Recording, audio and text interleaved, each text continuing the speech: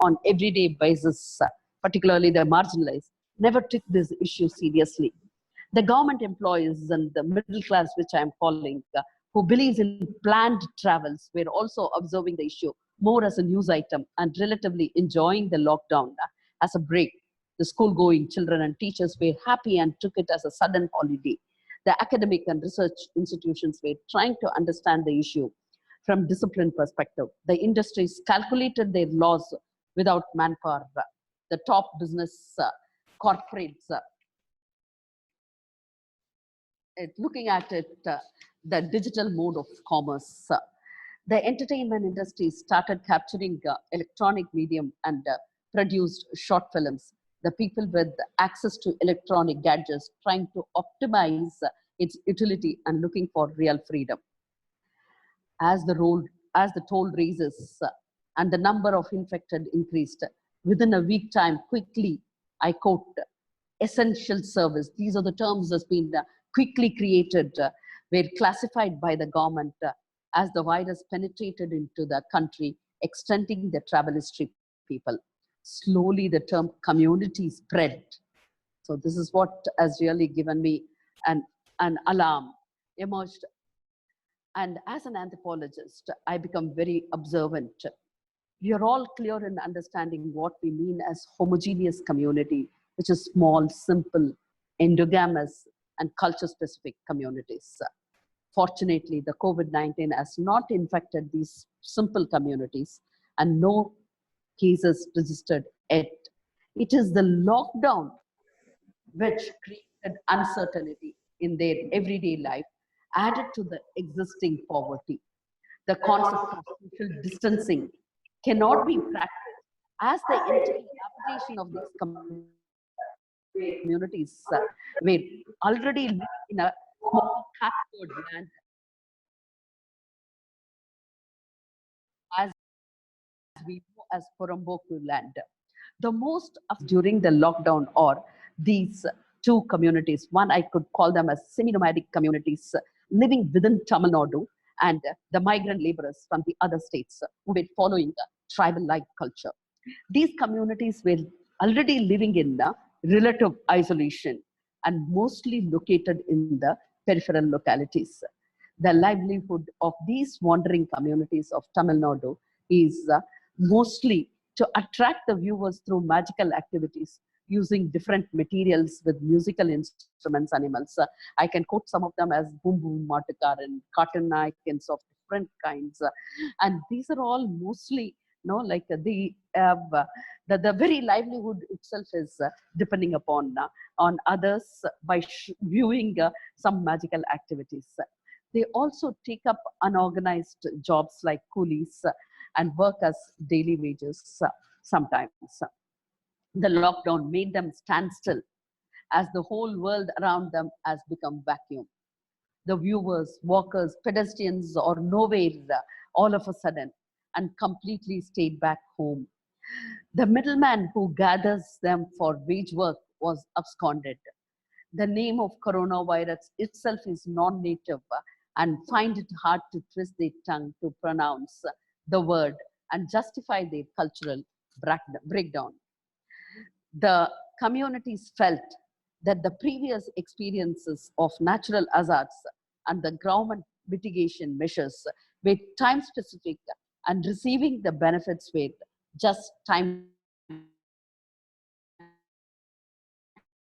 consuming, but sure to get it. Relief materials from the government is also routine to them, and they were sure of getting it and getting into the rehabilitation and reconstruction process. But the major factor that the present pandemic created was uncertainty, and the communities worried about their more survival with the absolute poverty and loss of livelihood and the everyday life.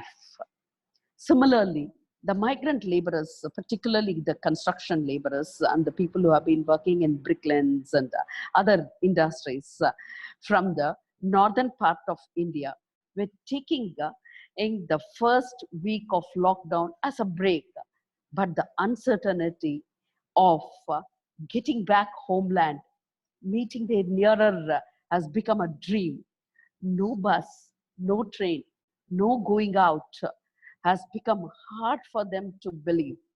The TV channels started telecasting the growing numbers of death in India, as well as other parts of the world, escalated their uncertainty further.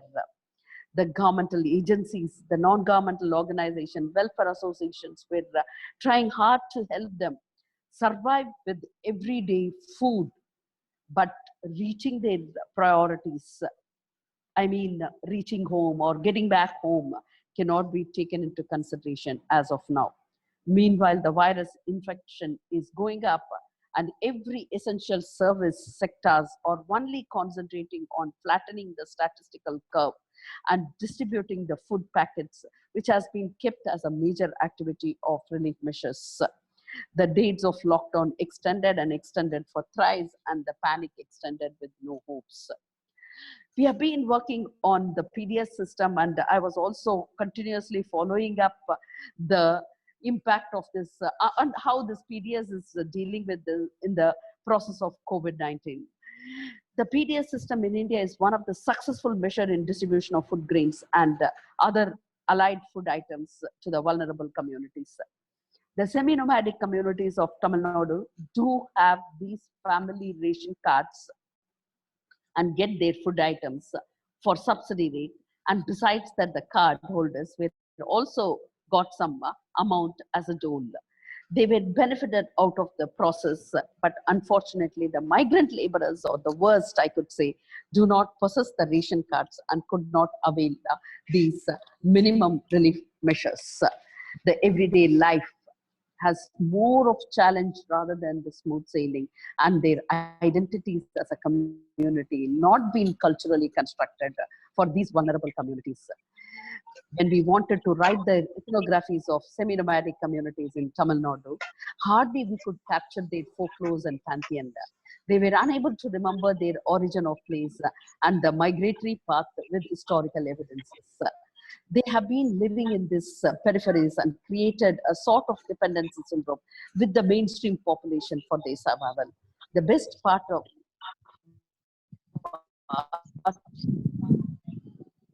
the concept of incest.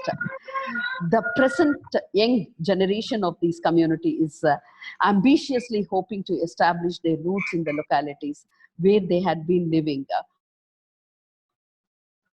for half a century. Their worldview is very simple, and understanding the pandemic at cross-cultural level, its impact at the national level, reaching the grassroots, and lastly, the neglected population is really $1 million question, I could say. They are worried as a community and believes to continue with the patterned way of life. Their everyday life has been shattered. Perceiving it, I perceive that as a culture, in spite of being different forms of mainstream population. Similarly, the migrant laborers were stranded outside the and outside, stranded on site where they have been living and counting the days to see the routine. With so much of limitation with the local language, hardly they could understand the pandemic and lockdown.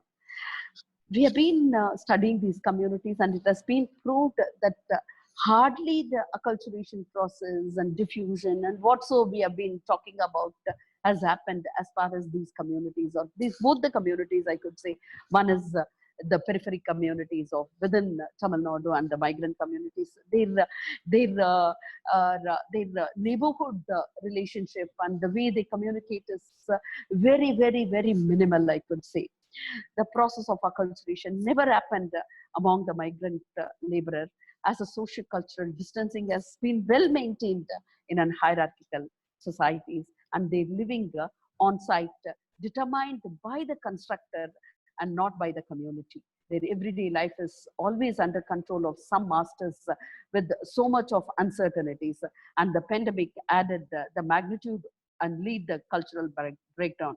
In the midst of pandemic, cross-cultural analysis proved and appreciated India for being traditional. On the other hand, we have been really, really appreciated at the international level. The Indian Namaste has become a preferred form of salutation in many parts of the world, including US.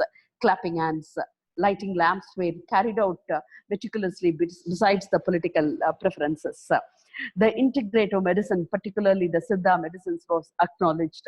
Homeopathy is also to some extent has been acknowledged. World leaders appreciated the way we managed coronavirus. The philanthropists came forward and donated wholeheartedly for tackling the national crisis and proved the value of life beyond every material aspect. Besides that, our attitude, values, norms, ideas, morals evolved as a culture in India, known as tradition, and facilitated the ongoing epidemic control, all relatively better than the Western countries. The food culture, cooking pattern, the ingredients which we use in daily life, the weather, leisure time, spending, and family culture, neighborhood culture, and spirituality resulted relatively positive to maintain the COVID-19 in negative.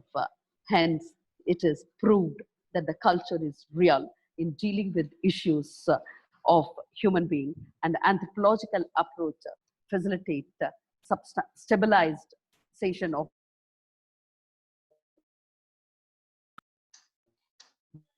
breaking. Yeah. Besides that, now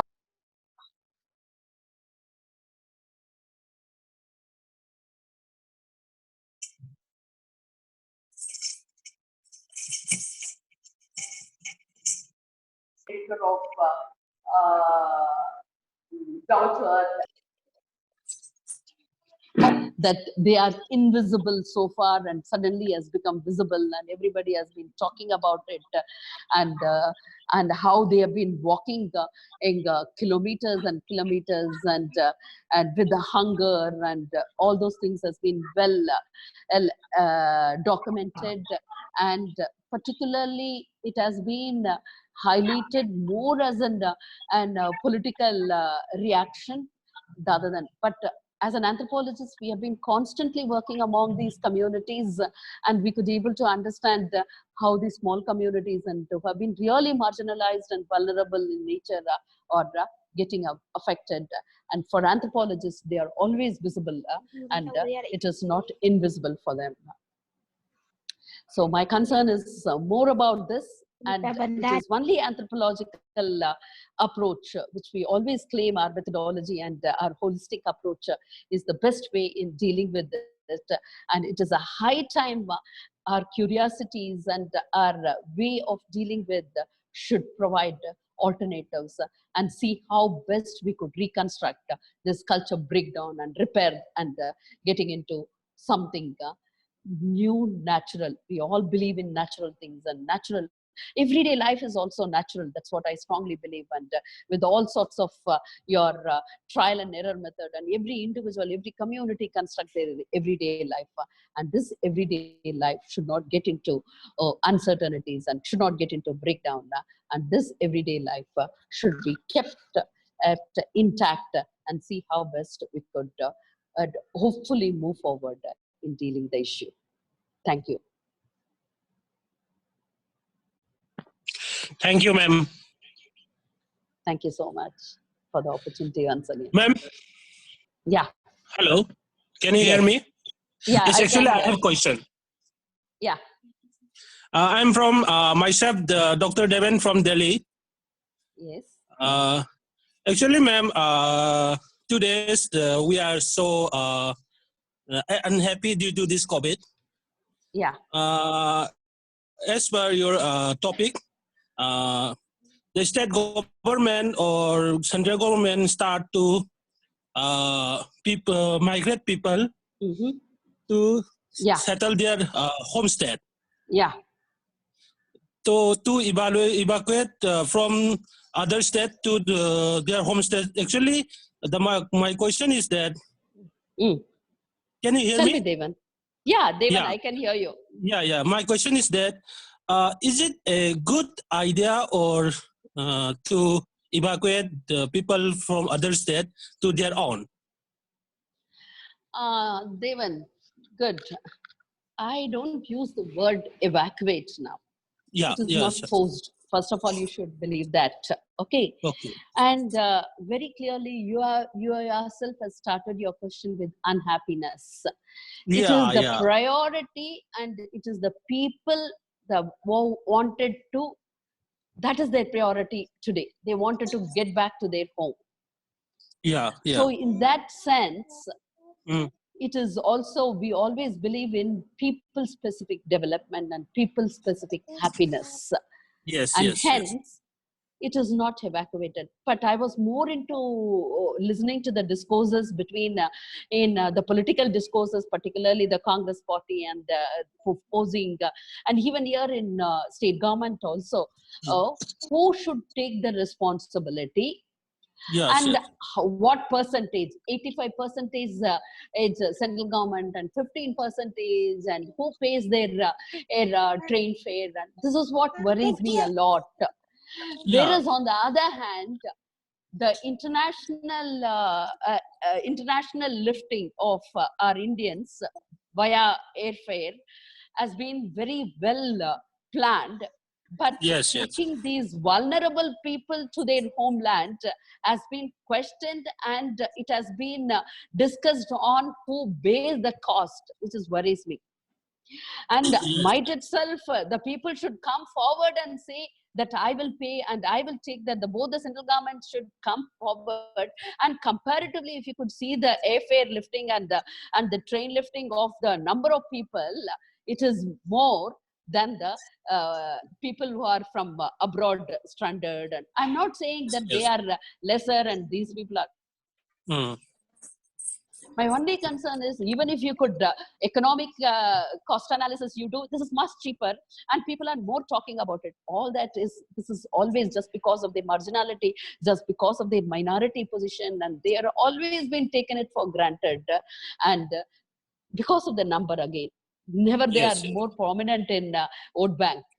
So that only decides the educated mass who are in Yes, abroad, and the international community's viewpoint has been taken more into consideration rather than this vulnerable. And my concern is they have to be taken care in getting back to their home. And then my only question is, I'm so worried. Still, I'm not very sure yeah, yeah, yeah. Me too. when are they going to come back, and how do they going to get back into our routine, and how are they going to help us in our economic development, because they are playing a major role in constructions. All labor Yeah, work yeah. has been done. So it's In not adding, evacuation. yes, yes, Yeah, I got I it. feel they should go back. This is their Mm, priority. They should see the nearer and dearer, and get, mm. and again rethink how they could construct their everyday life, and meet the middleman and come back, and that safety Yes. and hope should be there. Actually, Thank in you. addition, ma'am, Yeah, uh, what do you say think well. about their Yeah. livelihood after that? As they have been migrated, livelihood is more better here. I mean, the people Uh, migration are because due to their livelihood for their uh, daily bread and butter. uh, uh, But after returning their home, they have lost their jobs. yes, I think, yes. is it a good idea or for the people they have migrated? Yeah. One thing, no? Already I really wanted to, in India, the last official count of this migrant was Yes, in the yes. census 2011, which was Mm, outdated as of now, and did mm, not explain the huge mm. number, what they call more as a illegal settlements growing in urban. Yes, They yes. are always invisible, and the number has been underestimated. Yes, yes. Never, there are about 40,000 relief camps. The Supreme Court intervention, and in Mm. April 12th, 2020, it has been identified. And roughly, it has been identified that there are 1.4 million migrant Yes, workers are in India. So my only yes, yes. concern is, one is the number itself has not been counted properly. Obviously. And this pandemic, this ongoing process of reconstruction and relief should first of all count their numbers and Mm, see how best we could organize them and classify them in different categories.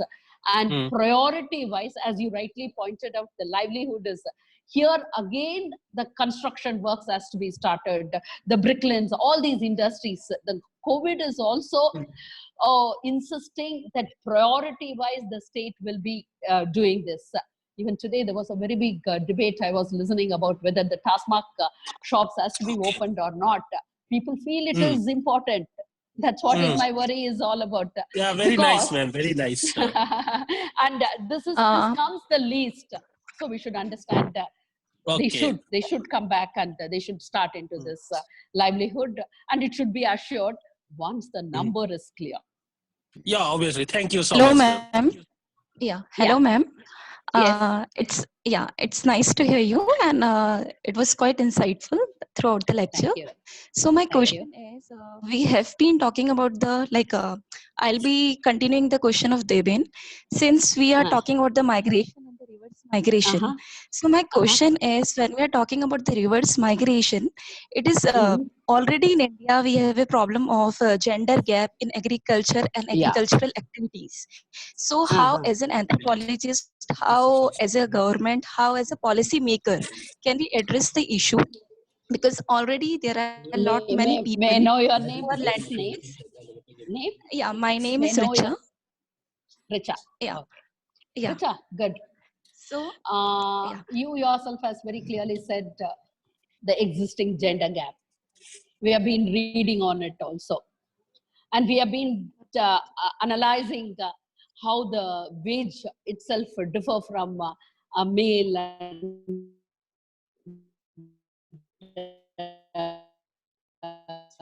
it has been at every juncture, Yeah. whether it is pandemic, whether it is natural hazard, whether it is it has been proved that the most risk and vulnerable people are women and children.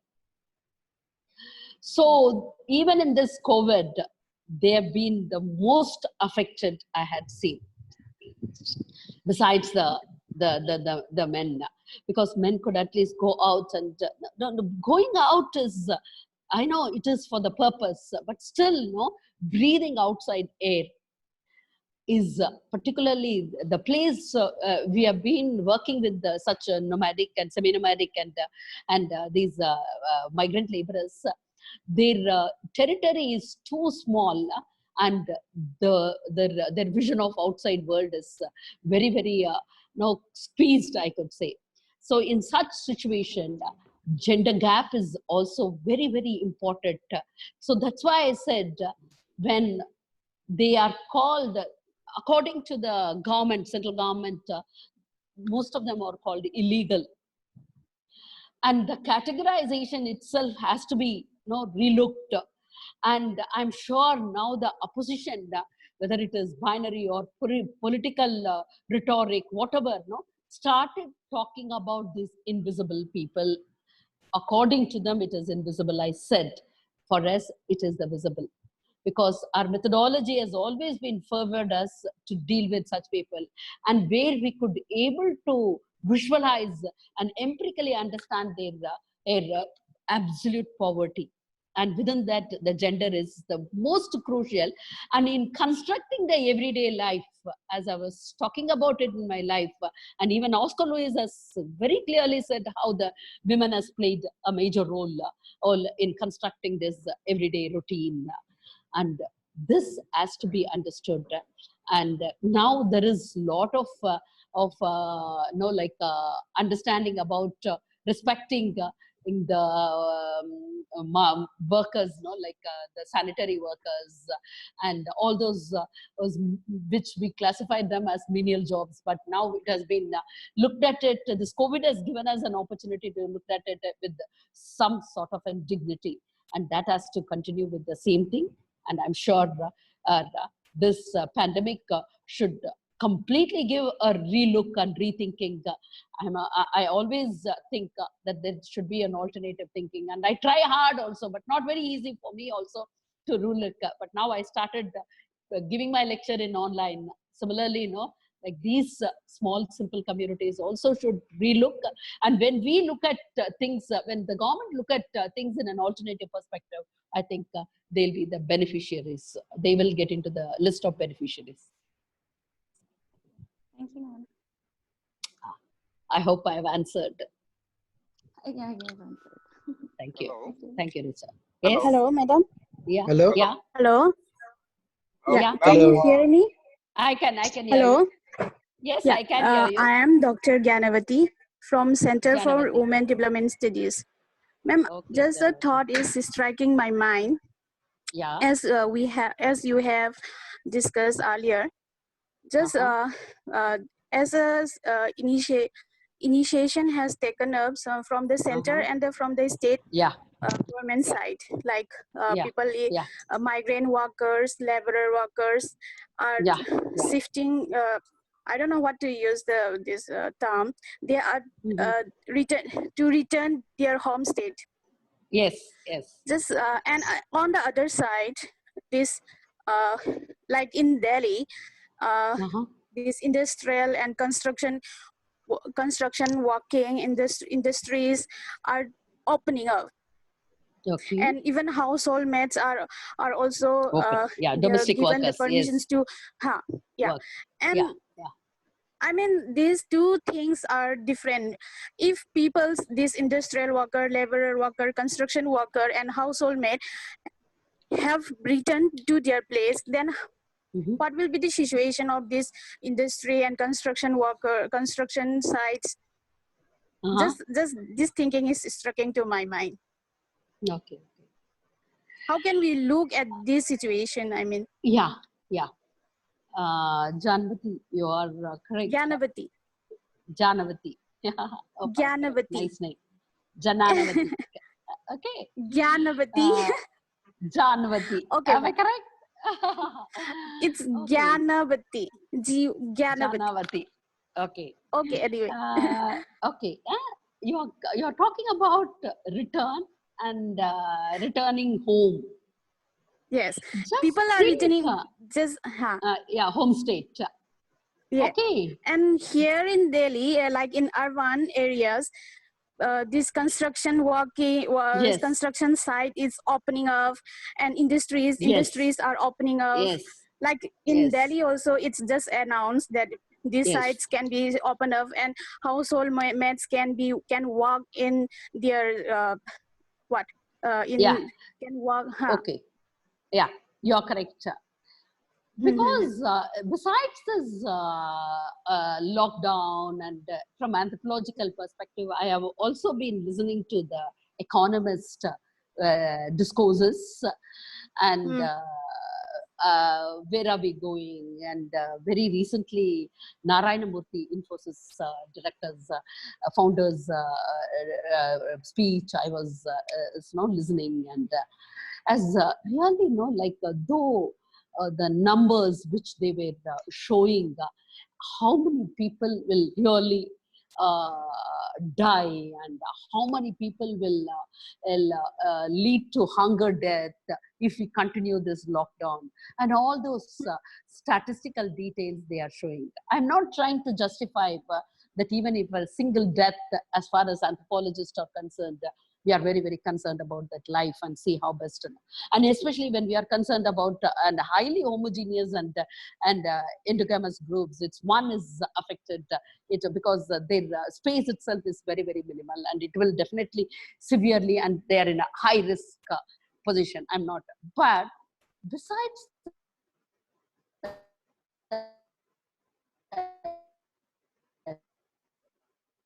also brought out Damascus need theory, and the way you construct your everyday life in your thing is very, very, very, very close to your mind and your heart, and no, I don't know, this is what you feel as natural and comfortable. You are always think that is your comfort zone. So this is there for every human beings, every community, and this is none other than home. So getting back home and going to office for livelihood or going for work for livelihood, these are the two things which fall into the basic needs, and it has to start somewhere. And very carefully it has to be started. And that's why I said the anthropology is the one subject which has been constantly talking about it and how it has been constructed. and how we could change. That's why I said the social evolution also. We were all once upon a time and hunter and gatherers and pastoral and agriculture and industrial.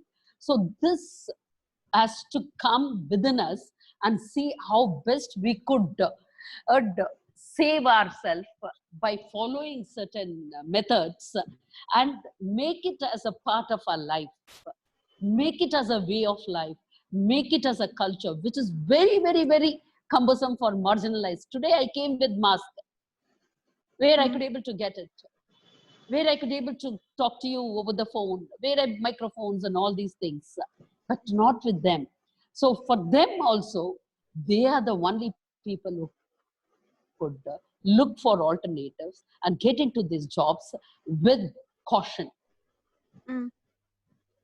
precautions, and see how best they go. This is what will give ultimate happiness. That's what he was also, Devan was also unhappy. And yes, we're all unhappy. It's all within, because we are all, the everyday life has been shattered. For them also it has been shattered. So the happiness has to be decided, and I'm sure they will decide how they wanted. And today, if they wanted to come for work, that is what is their happiness. But as a scientific person, as a science person, we all know what is this coronavirus is all about and how it is affecting, and see how best. Even the employers should see to it that they are safe and take it as a moral responsibilities and conduct the whole work with minimizing the risk. Minimizing, that's what I could say. Hello, could I speak? Yes. Yeah. Prof.S.Sumathi, could you see me? Yes. Yeah. Could you hear me? Yeah. Chalapermal, I can hear you. Yeah, I'm very happy to hear you. Very good lecture you have given. Just I want to make one observation. Can I make? Could you hear me? Could you hear me? Could you hear me? I can hear you. Now, yeah. Could you hear me? Yes, I can hear you. Yeah. Okay.